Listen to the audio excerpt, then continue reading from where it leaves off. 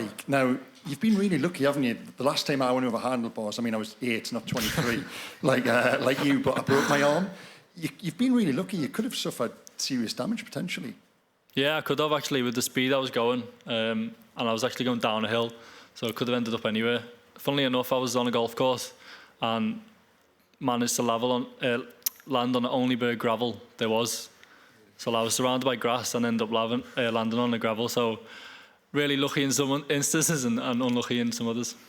And on the football as well, just talk us inside your frustration, because guys at home, certain parts of the media have been screaming for you to come on. Were you screaming inside to get on? It took you the best part of 3 games to get there. I'll always be like that. That's just the way I am. That's my mindset.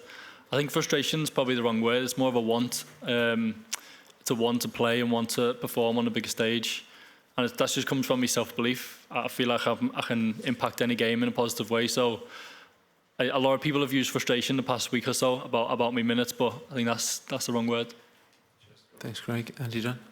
Hi, Anthony. Just on that, you mentioned that self-belief there, and clearly it's a good thing you're not short of self-belief. But has there been any stage in your career when you have doubted yourself?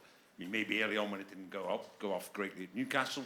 Has there been any time when you've doubted yourself that you're going to get to this sort of level?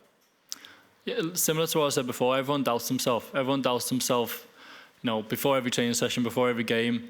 But it's noticing when you're doubting yourself and realising that, you're having a war in your head and it's not really real. You're good enough to do anything. There's been plenty of times during my career, I went on loan in Preston and didn't play a minute really. There's plenty of times at Everton I couldn't break through. Obviously, my start at Newcastle wasn't great, but that's a key part of any good athlete really, is that you're resilient and you can come back from things like that. Okay, Dave. Hi, Anthony. It feels like everyone's just waiting for this team to click, especially in an attacking sense.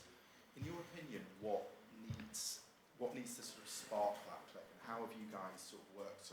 What have you discussed with that in mind?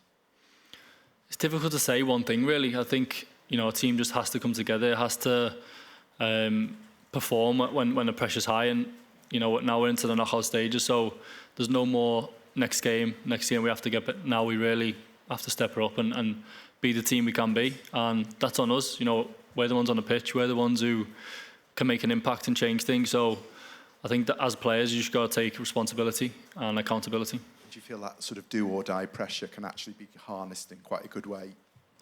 Yeah, but that's good. That's what football's about. That's why you want to be in these games, because the pressure is the highest, and if you win these games, that's where that feeling is that we chase every day. So I think that's a positive.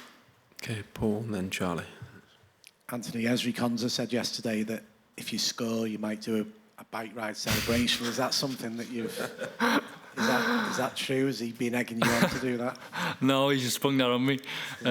I'll put them stabilisers next to the pitch, maybe. You can take credit for the celebration. I'll do it, though. I will do it.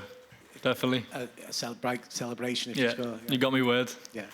And just on the sort of level of competition that's in the forward places, do you all sort of help each other out? How does that sort of competition work, that it doesn't tip over into anything sort of, I want him to fail because I could play? Can you talk a bit about the balance that maybe goes on there? Well, the reality is we play a team sport, so I think if you think like that, you're not going to get too far. It's a team sport and everyone has a role within that. I have a different role at my club than I do here. Obviously, I played every game this year for Newcastle, but it's about knowing your role and trying to be the best you can possibly be in that role. So every day in training, I'm trying to be the very best I can be to, 1, give the manager a headache, and 2, push the lads in my positions. And that's making me better, whilst also making them better, because they've got to keep performing to stay in the team. Charlie? There's obviously been a huge debate at home over who could come in and who should come in, and you're obviously featuring quite highly on that. Does it feel a bit surreal that back home there's this big debate, get him playing, get him starting, when you think maybe 3 years ago at the last Euros, you obviously were much younger, but all of a sudden, a lot of people in the country on the phone-ins, on TV and radio, just talking about you. How does that feel? Yeah, good. That's what I want. I think 6 months ago would have been crazy because I think the opinion of me compared to now is very different. But I've worked hard to be in this position, and that's what I want. I want people to be calling for me because, like I said before, that's all I'm doing in training. I'm giving my very best to cause headaches for selection, and that's all I can do. The rest is out of my control. Finish with Malik. Hi, can I just ask about Luke Shaw, who we've not seen any yet? How's he looking in training? Have you kind of come up directly against him and that kind of thing? He's progressing really well, actually, especially in the past week or so. I think he's been involved in every session. He's a good lad. He's very professional, and there was never any doubt that he'd be fit at some point. It was just about making sure he was right. And I was injured at the start with him, so I seen his rehab, and he'd done it all to a very high standard, and now I've seen the results of that. Okay, guys, we'll end it there. Thanks for your time. Thanks, guys.